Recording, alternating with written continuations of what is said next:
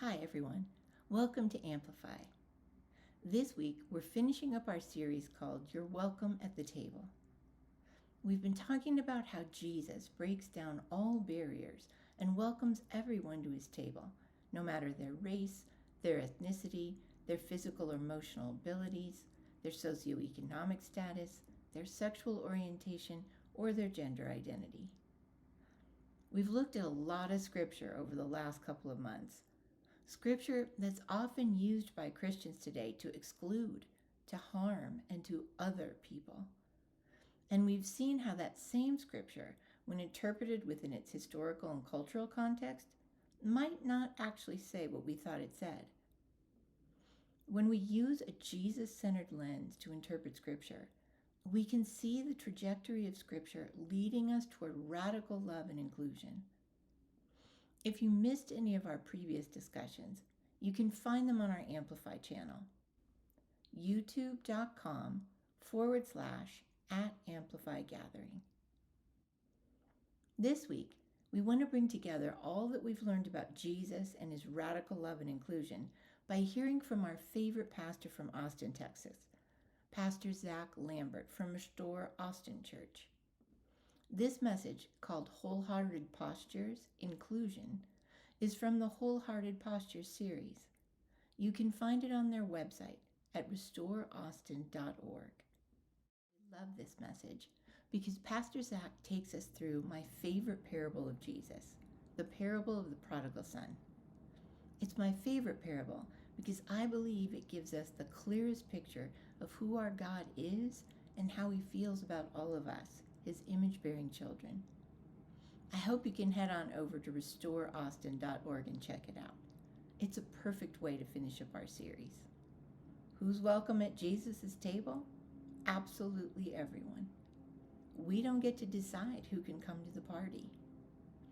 Just as in our parable, Jesus invites all of us to rejoice and celebrate with him, but he leaves the choice to us. Some will choose to respond like the elder brother and stand outside in indignation because of who's been invited. Or worse yet, they'll try to block the way and prevent those who've been invited from entering. Our challenge as followers of Jesus is to remember that they too are dearly loved by the Father and are invited to his table as well.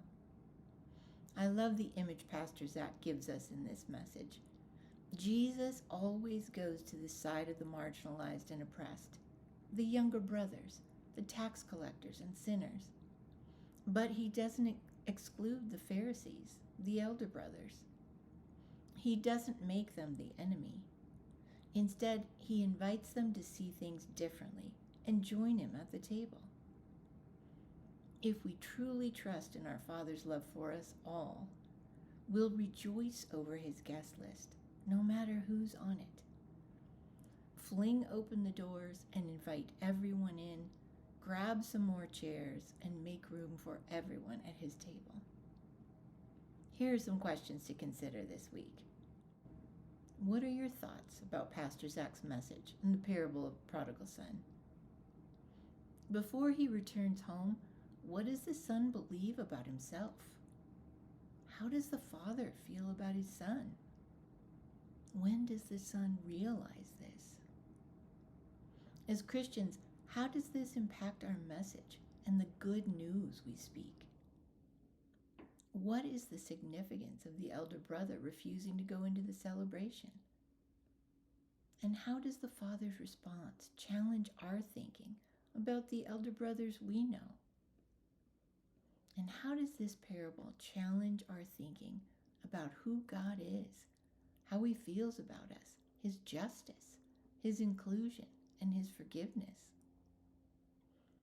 Next time, we'll be diving into a new series called Untangling Our Faith. We'll be looking at some of the harmful Christian messages out there and seeing if we can untangle some of the toxic threads. Hope you'll join us. See you next time.